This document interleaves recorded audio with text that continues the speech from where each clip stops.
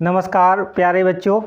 और इस बार जुलाई शुरू हो गई है और बच्चों में हर साल खुशी का माहौल देखने को मिलता था, लेकिन इस बार ही कोरोना की वजह से बच्चे स्कूल में नहीं जा पा रहे हैं, अपने दोस्तों से नहीं मिल पा रहे हैं। जब बच्चे स्कूल जाते थे तो खुशी का कुछ और ही माहौल होता था, कुछ और ही नज़ारे होते थे।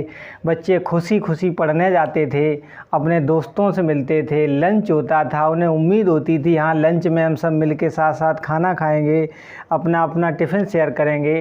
काफ़ी खुशी का माहौल होता था, छुट्टी होती थी, बच्चे मार्केट जाते थे। अब इस समय बच्चे बहुत परेशान हो गए हैं घर पे खेल खेल के।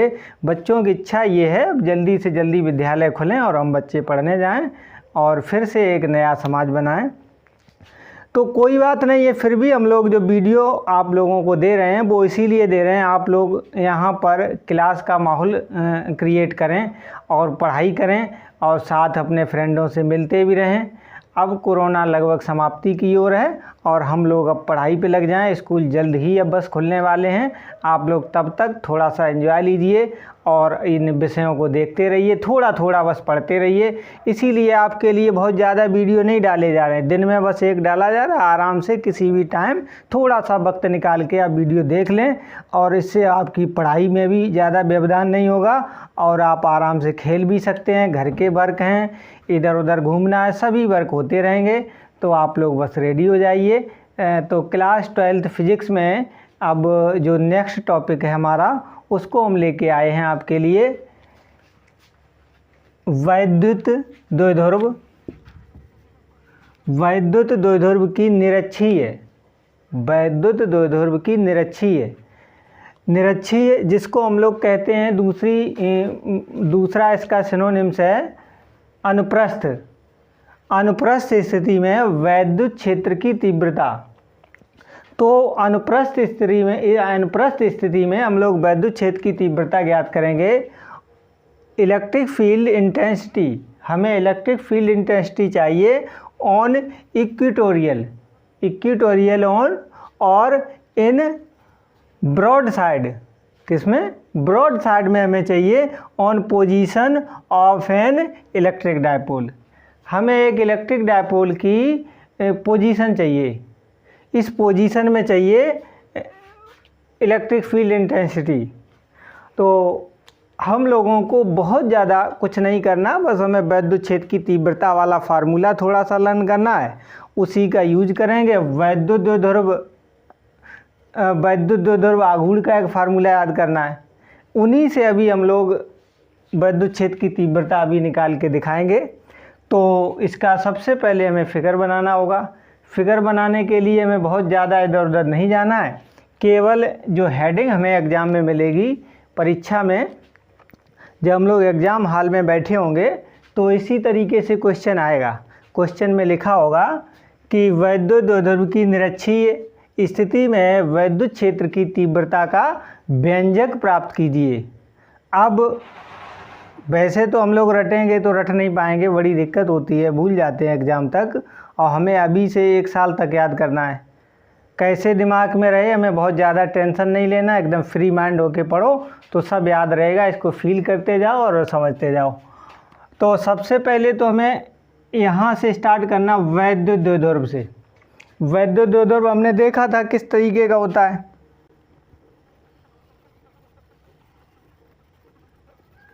देखिए वैद्युत द्विध्रुव जिसमें एक प्लस क्यू कूलाम का आवेश और एक माइनस क्यू कूलाम का आवेश, दो आवेश होते हैं, परस्पर अल्प दूरी पर रखे होते हैं। ये इसका मध्य बिंदु है, एल और एल 2l दूरी है।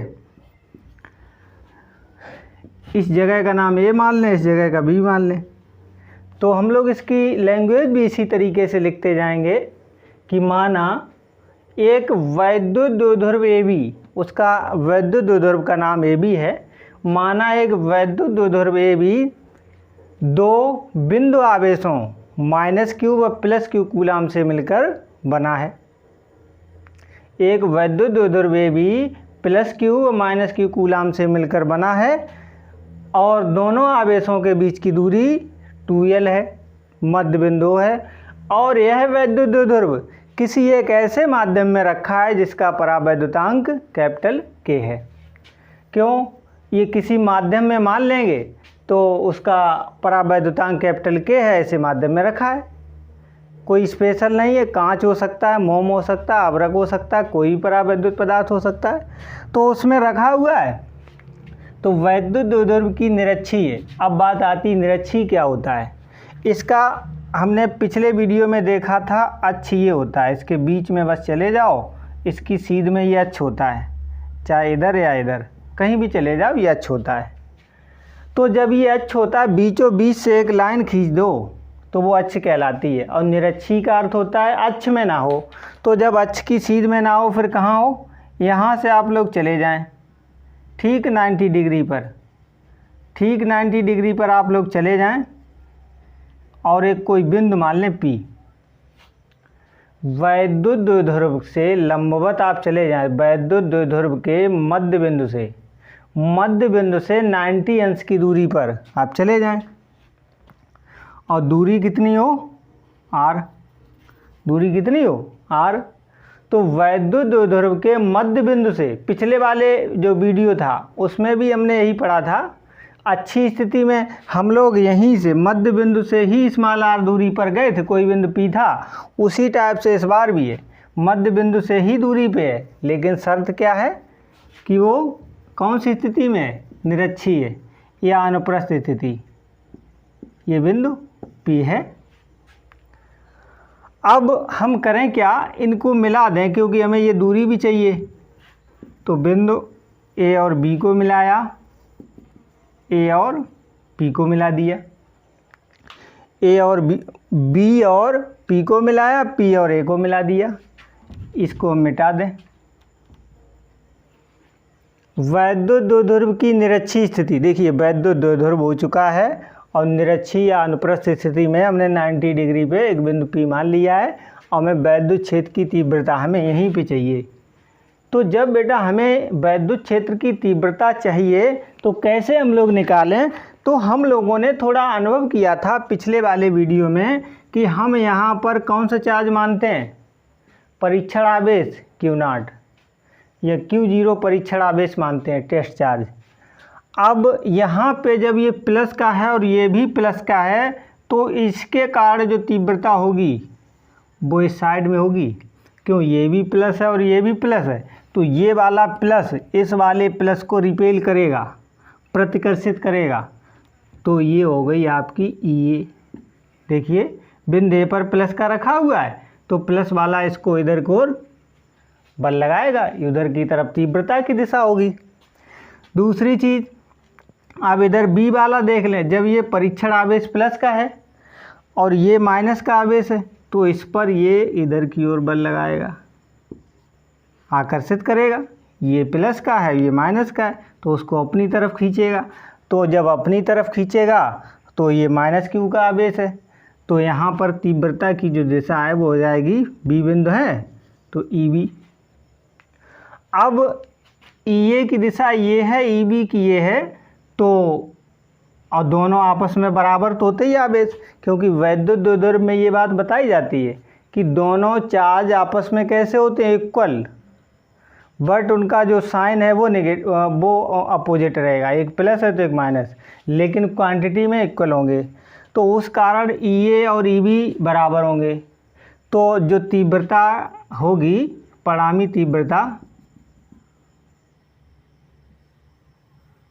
तीव्रता फिर ये वाली हो जाएगी, परिणामी तीव्रता ये होगी। यही हमको चाहिए, ये परिणामी तीव्रता हमें यही चाहिए। तो ये परिणामी तीव्रता हम लोगों को ऐसे निकालने में थोड़ी सी प्रॉब्लम होगी, तो हम करें क्या, इसको कोई एंगल वगैरह मान लें और थोड़ा और हम लोग ज्यामिति की तरफ चलते हैं। तो जब ये वाला कोण थीटा है तो फिर ये वाला कोण भी थीटा होगा। जब ये थीटा तो ये भी थीटा है, और ये बताया था ये दोनों इक्वल होंगे क्योंकि ये दोनों चार्ज इक्वल हैं। तो फिर ये प्लस Q0 यहाँ बनाने की कोई ज़रूरत नहीं है, समझने के लिए बनाया था, और ये भी कोण थीटा हो जाएगा। अब हम लोगों को अगर और इसे डिटेल में समझना है तो हम यहाँ पे और एक चित्र अलग से भी बना सकते हैं और चाहे तो इसी फिगर से काम चला सकते हैं। इसको समझने के लिए हम P पॉइंट यहाँ पे बना लें तो ज़्यादा अच्छा रहेगा। देखिए EA, जिससे कि हम लोगों को दिक्कत ना हो, समझने में परेशानी ना हो, इसलिए हम लोगों ने ये चित्र अलग से बना लिया है। अच्छा, हम इसके कंपोनेंट और ले लें। ये EB था, देखिए ये EA था, ये वाला EB है, ये थीटा एंगल था, ये भी थीटा था, दोनों आपस में इक्वल थे। अब हमें यहाँ पे इसलिए चित्र इसका अलग बनाना पड़ा क्योंकि हम लोग इसके कंपोनेंट ले लें, घटक ले लें, तो घटक लेने से क्या फ़ायदा हो जाएगा कि यहाँ पर जो फार्मूला हमें जो डिराइव करना है वो आसानी से हो जाएगा। तो घटक लेते समय हमने आपको एक और वीडियो, पुराना वीडियो जो पड़ा हुआ है आप लोग देख सकते हैं, तो उस वीडियो में हमने बताया था घटक लेना। जिस बल का या जिस तीव्रता का हमें घटक लेना होता है तो थीटा कोण जिधर की तरफ होता है उधर कॉस चलता है, ये कॉस थीटा, और जिधर की तरफ एंगल नहीं होता है, वैसे तो एंगल है 90 डिग्री पे ही हमेशा लिए जाते हैं, ये पूरा टोटल कोण यहाँ से लेके यहाँ तक 90 होगा, और 90 में एक तरफ का थीटा है, एक तरफ का हमें पता नहीं है, तो जिधर की तरफ का कोण पता हो उधर ये कॉस थीटा, ये का घटक ले रहे हो उधर कॉस, और इस ये का इधर कोण, जिधर हमने कोण नहीं लिया है उधर क्या रहेगा, ये साइन थीटा, इधर ये साइन थीटा रहेगा। अब आप ऐसे इधर EB के घटक ले सकते हैं। EB का घटक आप ये भी 90 पे ही ले रहे हैं, ये देखिए 90 डिग्री का एंगल है, इधर को थीटा है, तो इसका इधर की तरफ हो जाएगा EB का घटक ले रहे हो तो EB कॉस थीटा, और इधर की तरफ जो होगा EB, देखिए इधर कोण नहीं है तो क्या होगा, अभी की तरह बताइए आप लोग, EB साइन थीटा। तो इस तरीके से हमने इसके घटक तो ले लिए, और चित्र में भी देख लीजिए, जब ये और EB इक्वल हैं तो फिर ये साइन थीटा और ये B कॉस थीटा, वो ये साइन थीटा और EB साइन थीटा भी इक्वल होंगे। क्यों, ये थीटा इक्वल हैं तो जो बचे हुए एंगल हैं वो भी इक्वल होंगे, तो ये साइन थीटा और EB साइन थीटा एक दूसरे को आपस में क्या कर देंगे, कैंसिल कर देंगे, निरस्त कर देंगे। क्यों, क्योंकि जब एक वस्तु पर जब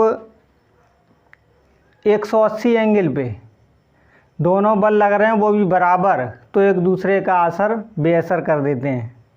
देखिए ये कोई वस्तु है, इस पर हम 30 न्यूटन का बल इधर लगाएं, 30 का ही इधर से लगाएं, तो ये वस्तु कहीं पे चलेगी, बिल्कुल नहीं चलेगी। हाँ, यदि इधर 50 न्यूटन का लगा रहे हो, इधर 30 न्यूटन का लगाओ, तो इधर 50 वाले की तरफ ये वस्तु खींची चली जाएगी, और जब दोनों इक्वल लगा रहे हैं तो ये वस्तु कहीं नहीं जाएगी। तो उसी प्रकार ये साइन थीटा और EB साइन थीटा एक दूसरे को क्या कर देंगे, निरस्त कर देंगे। लेकिन ये कॉस थीटा, इसका जो तीव्रता का असर कुछ इधर है, कुछ EB कॉस थीटा इधर है, तो ये दोनों एक डायरेक्शन में, ये दोनों मिल गए। इन दोनों ने क्या किया, एक दूसरे का असर ख़त्म कर दिया, लेकिन इन दोनों ने एक तरफ मिलकर अपना असर डबल कर लिया, तो ये दोनों मिलके आपस में चलेंगे। ठीक है, कोई बात नहीं। अब जब फिगर हम लोगों ने बना लिया है, बीच में कुछ डिस्टेंस रह गई हैं वो भी देख लें। जब ये वाली डिस्टेंस R है और ये वाली L है, तो हम लोग पाइथागोरस प्रमेय से ये कर्ण निकाल सकते हैं, क्योंकि 90 डिग्री है, तो 90 डिग्री के हिसाब से ये वाली जो साइड है वो कर्ण कहलाती है। और कर्ण निकालने के लिए हम लोग पाइथागोरस प्रमेय का यूज करें तो लंब का स्क्वायर प्लस आधार का square, R square plus L square, और जितने ये डिस्टेंस है सेम उतनी डिस्टेंस ये वाली भी है, दोनों डिस्टेंस इक्वल हैं, तो ये वाली भी हो जाएगी यही दूरी, R square plus L square. देखिए डिस्टेंस इसमें सब हो चुकी हैं। फिगर के बारे में भी हमें कुछ लिखना होता है अपने तरफ से बना करके, तो कैसे लिखेंगे हमें रटना नहीं, बस समझना है, फील करना है।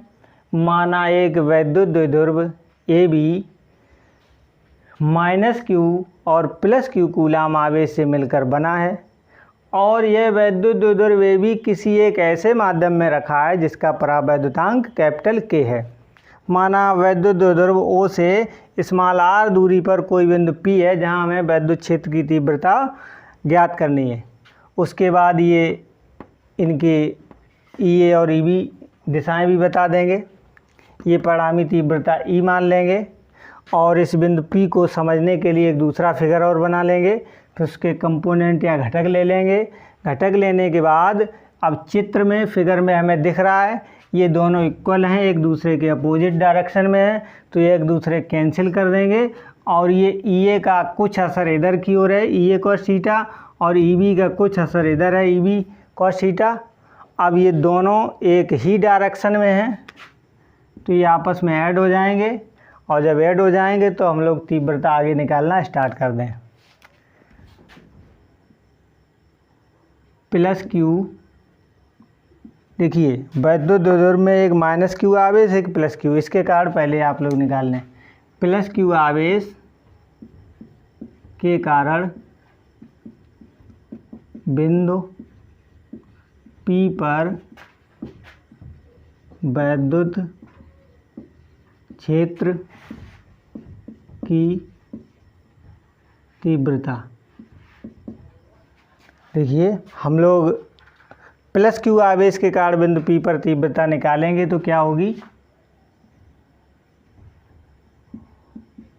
E, देखिए प्लस वाला जो आवेश है A पर है तो EA बराबर क्या होगा EA बराबर क्या फार्मूला होता था, आप लोग फार्मूला लगाएं। इसके कारण यहाँ पे निकाल ले, डिस्टेंस इसकी ये है तो 1/4πε0 के Q प्लस का Q है Q/√, देखिए जो भी यहाँ की डिस्टेंस हो r² + l², फिर फार्मूले में वर्ग होता था। तो जब वर्ग होता था इसको हम लोग सॉल्व करेंगे तो वर्गमूल कैंसिल आपस में हो जाएंगे, तो EA की वैल्यू ये लिख जाएगी 4πε0 के Q/r² + l²। और ये दिशा क्या होगी, तीव्रता की दिशा किधर होगी AP दिशा में, किधर होगी AP दिशा, यहाँ लिखना चाहो तो लिख दो AP दिशा में। दूसरी बात, जब AP दिशा हो गई इसी प्रकार -q आवेश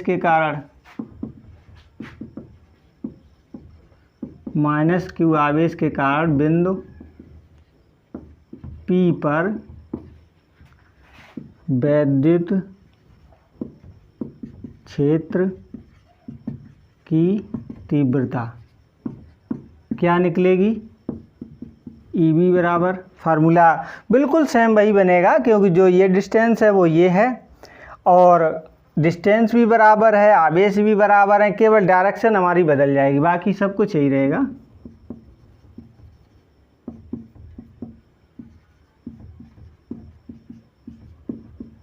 इसकी डायरेक्शन किधर हो जाएगी PB दिशा में, PB दिशा में। चलिए PB दिशा में हो गया। अब हम लोग इनके बारे में बता ही चुके हैं कि एक दूसरे को निरस्त कर देंगे, अतः बिंदु P पर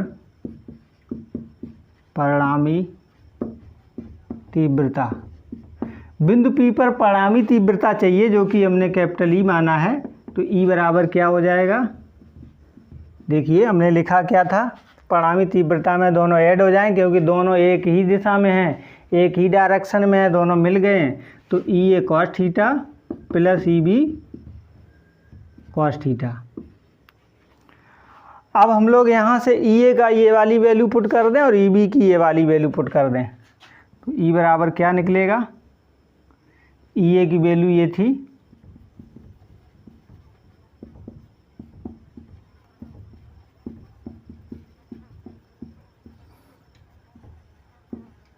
इसी तरीके से वो वाली वैल्यू पुट कर दें।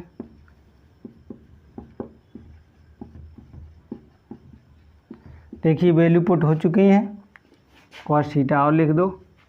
और यहाँ से लेकर यहाँ तक देखिए वैल्यू में कोई डिफरेंस नहीं है, बिल्कुल सेम है। देख लीजिए आप लोग ध्यान से, तो ये वैल्यू वही सेम, ये वैल्यू x प्लस एक्स क्या होता है, बीच में प्लस का साइन लगा हुआ है, x प्लस एक्स बराबर डबल एक्स या 2x। तो उसी तरीके से ये वाली वैल्यू भी डबल हो जाएगी, कहीं पर भी डबल का मल्टीप्लाई कर दें तो 2q cos थीटा पान under root r square plus l square. तो इस तरीके से ये परिणामी तीव्रता निकली, लेकिन अभी इसमें वैद्युत द्विध्रुव आघूर्ण का भी कहीं पे यूज नहीं हुआ। वैसे तो तीव्रता आ गई है, एक फार्मूला ये भी है, लेकिन हमें चाहिए वैद्युत द्विध्रुव की स्थिति में, उसमें वैद्युत द्विध्रुव आघूर्ण भी आना चाहिए। तो वो हमें निकालने के लिए थोड़ा भी हमें और काम करना है। तो वो काम और करने के लिए हमें थोड़ा सा इरेज करना पड़ेगा, तो आप लोग तब तक इसको पॉज करके नोट कर लें। हाँ जी हाँ, देखिए फिगर में देखिए कॉस थीटा की वैल्यू, फिगर में देखा कॉस थीटा की वैल्यू कैसे निकालेंगे। कॉस थीटा इक्वल टू होता है ए अपान के, आधार बटे कर्ण होता है, लाल बटे कक्का बहुत पहले हम लोग पढ़ चुके हैं कक्षा 10 में, अब तो 12th में आ गए, इतना तो हम लोगों को पता ही है। कॉस थीटा इक्वल टू आधार बटे कर्ण होता है। तो यहाँ पर आधार है हमारे पास, किसी भी आप ट्रायंगल में देख लें, चाहे इसमें चाहे इसमें, तो आधार है तुम्हारा एल और कर्ण हमारा ये है r square plus l square. तो यही वाली कॉस थीटा की वैल्यू और पुट कर दो, अतः ई बराबर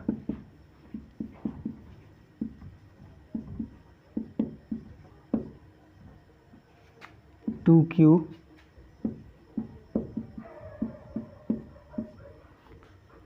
कॉस थीटा की वैल्यू ये वाली पुट कर दो, एल अपान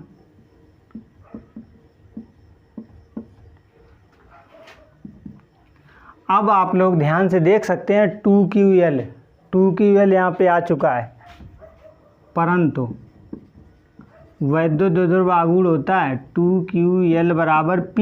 ये चीज़ हम इसमें नोट करके लिख सकते हैं। देखिए 2ql बन चुका है, तो 2ql बराबर p, क्योंकि वैद्युत द्विध्रुव आघूर्ण होता है, हम लोग पिछले वीडियो में देख चुके हैं। तो क्या आएगा, E बराबर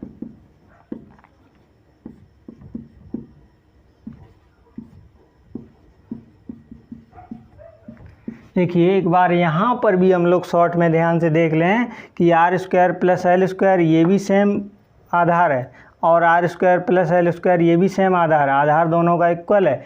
बस पावर यहाँ पे देखिए कितनी है, यहाँ पे पावर 1 है इस वाले पर, और इस वाले पे पावर 1/2। क्यों, वर्गमूल की घात कितनी होती है, 1/2। और जब गुणा हो रहा होता है, देखिए दोनों का गुणा हो रहा है, आधार समान है, तो घातें कैसी जुड़ जाएंगी। तो दोनों घातें जोड़ लीजिए, 1 और आधा 1.5 होता है, तो 2 एकम 2 1 3/2, 1.5 को हम लोग 3/2 लिखते हैं, तो यहाँ पर घात हो जाएगी 3/2।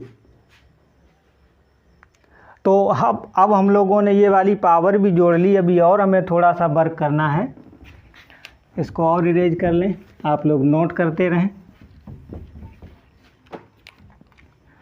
अब देख लीजिए फिगर में ये जो एल है ना, L very less than R, L जो है, एल डिस्टेंस इस आर की तुलना में बहुत छोटा है। जब बहुत छोटा है और इसका जब वर्क करेंगे तो 0 लगभग आएगा। क्या आएगा, लगभग 0। जब एल ही आर की तुलना में बहुत छोटा हम मान चुके 1 से छोटा, उसकी कंपेयरिंग करी जाए तो एल छोटा मान होगा, आर बड़ा मान होगा। जैसे एग्जाम्पल के लिए, जैसे आर की वैल्यू हम पता कर लें, जैसे 5 सेंटीमीटर है, और जो आर की वैल्यू है वो पता लगा 100 सेंटीमीटर है, उसकी तुलना कर रहे हैं, एल बहुत छोटा है, आर बहुत बड़ा है। तो अब हम इसका रेशियो निकालें, 20 आएगा जब इसका हम लोग वर्ग करेंगे। अभी बात वर्ग की नहीं है, जैसे अभी तो आयल वैसे ही बहुत छोटा है आर की तुलना में, जब उसका वर्ग करेंगे, अभी तो देखिए 1/20 आ रहा, वर्ग करेंगे तो देखिए और छोटा हो जाएगा। वर्ग करके देखो 1/400, अभी तो 1/20 ही था, कितना था 1/20, और जब हमने वर्ग कर दिया तो और छोटा हो गया 1/400, और छोटा हो गया। जब और छोटा हो गया तो लगभग 0 की ओर जा रहा है, तो इसीलिए हमने एल स्क्वायर की वैल्यू को 0 इसमें पुट कर देंगे। तो देखिए क्या आता है,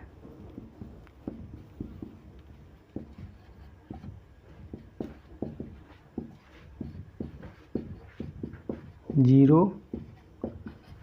बेटा थोड़ा और रह गया, इसमें 0 जैसे ही हम ऐड करेंगे, 0 की ये विशेषता होती है कि 0 हम किसी भी संख्या में जोड़ दें कोई फ़र्क नहीं पड़ता, जो संख्या वही बनी रहती है। देख लीजिए ई बराबर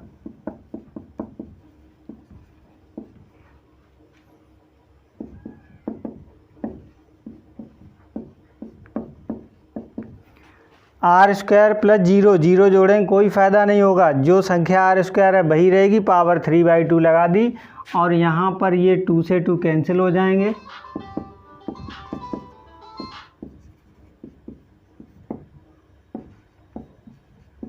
आर क्यूब, वैसे देखिए फार्मूला बन चुका है, न्यूटन पर कूलम तीव्रता का यूनिट होती है।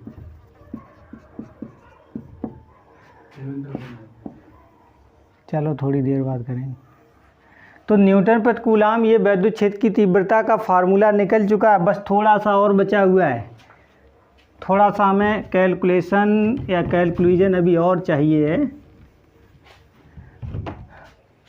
हम लोगों ने जब वैद्युत द्विध्रुव की अच्छी स्थिति में जब तीव्रता निकाली थी तो जहाँ P आया था वहाँ पर 2P आया था।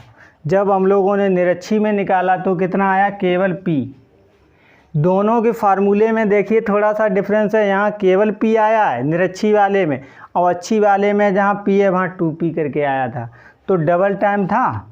तो जो तीव्रता है अच्छी वाली, तीव्रता जो अच्छी वाली है वो निरक्षी वाली तीव्रता की, कौन सी, निरक्षी वाली तीव्रता की कैसी है, 2 गुनी है। वैद्युत क्षेत्र की तीव्रता जो अच्छी स्थिति में निकली थी वो निरक्षी वाली तीव्रता में डबल कर दें, डबल का गुणा कर दें, 2 का गुणा कर दें, तब उसके इक्वल हो पा रही है। तो अच्छी स्थिति में तीव्रता ज़्यादा निकलती है, निरक्षी में उसकी हाफ निकलती है। तो इस तरीके से ये निष्कर्ष पे हम लोग पहुँचे हैं, और आज इस वीडियो में इतना ही। अगले वीडियो में इसी खुशी के साथ हम लोग फिर से मिलेंगे, और धन्यवाद। खुश रहिए, मस्त रहिए।